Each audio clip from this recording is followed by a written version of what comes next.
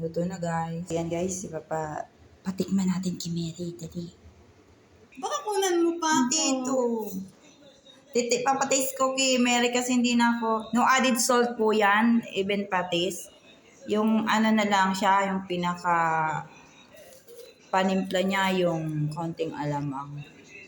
Kasi matabang talaga ako magtimpla. Mataas ang ano ko, salt. Hindi, tikman, magdagdag na lang kayo ng patis. Yan, may sita, hindi pala bagyo beans, talong, kalabasa. Kompleto naman po siya, wala lang sitaw kasi mahal. So, nagtitipid tayo. Ano yung pagka-hot, half cook na? Tama lang na cook Tama yan lang. kasi pag gusto pang What about the taste? Okay naman.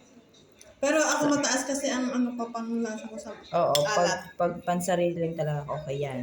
Pasado ng kaunti kasi matabang ako. So, less talaga ako sa salt. Ayan, yan lang po na for today.